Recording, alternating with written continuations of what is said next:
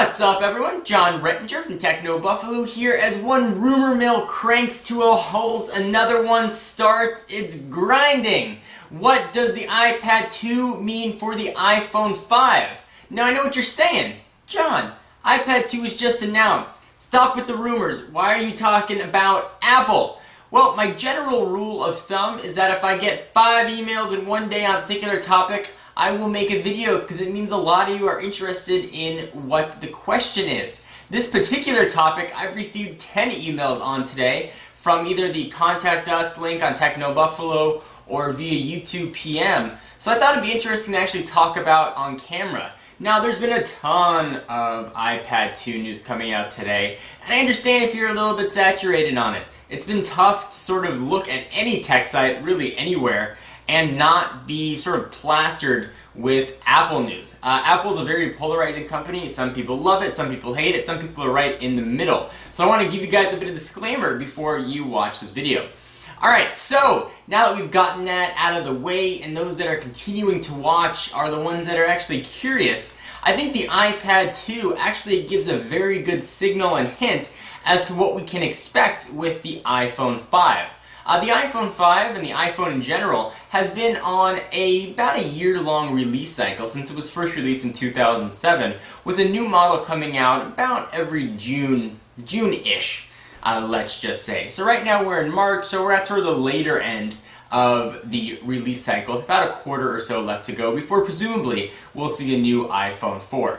So what does the iPad 2 tell us about the iPhone? Well, we saw the A4 chip that powered the iPhone 4 debut first in the original iPad.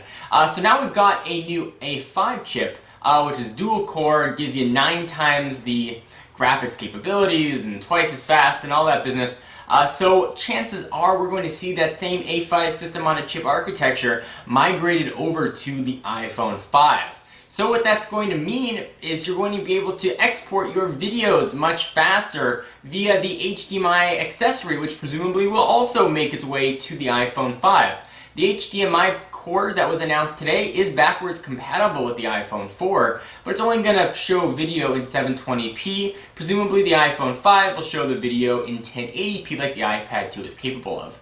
We also saw the iPad 2 lose a lot around the waist. And obviously we will see the iPhone 5 get a little bit thinner. That one was a no-brainer. But the percentage of thinness is pretty astounding. So right now, the iPad 2 is actually thinner than what we see with the iPhone 4. And I've sort of got them both right here. You can see the difference. You know, there's a little bit of a tapered edge. I don't know if you can see that right there with me sort of glaring over the side. There's a bit of a tapered edge on the initial iPad. It's more of a flat back now on the iPad 2. So we'll see the iPhone sort of lose a little bit in the thinness department. When it was first announced, it was the thinnest smartphone on the planet. It's since been eclipsed many times over by several Android devices and even, I believe, some Windows Phone 7 devices. We'll see an improvement in battery life. Apple was able to sort of up the specs of the iPad and still keep the 10-hour battery life. Hopefully that same battery technology will translate over to the iPhone 5. So the obvious things that we're going to see with an iPhone 5, and this sort of would have been probably in the duh category, much like the cameras in the iPad 2, thinner, faster, better battery. What we're not going to see is just as interesting. We heard no mention of 4G LTE, either on AT&T's upcoming network or Verizon's already existing 4G LTE network. So I think we're going to miss out, unfortunately, on 4G in the iPhone 5, which I find extremely disappointing. What I'm really hoping for with the iPhone 5, and I've talked about this in many videos, is a revamped iOS. We saw iOS 4.3 make its debut coming March 11th.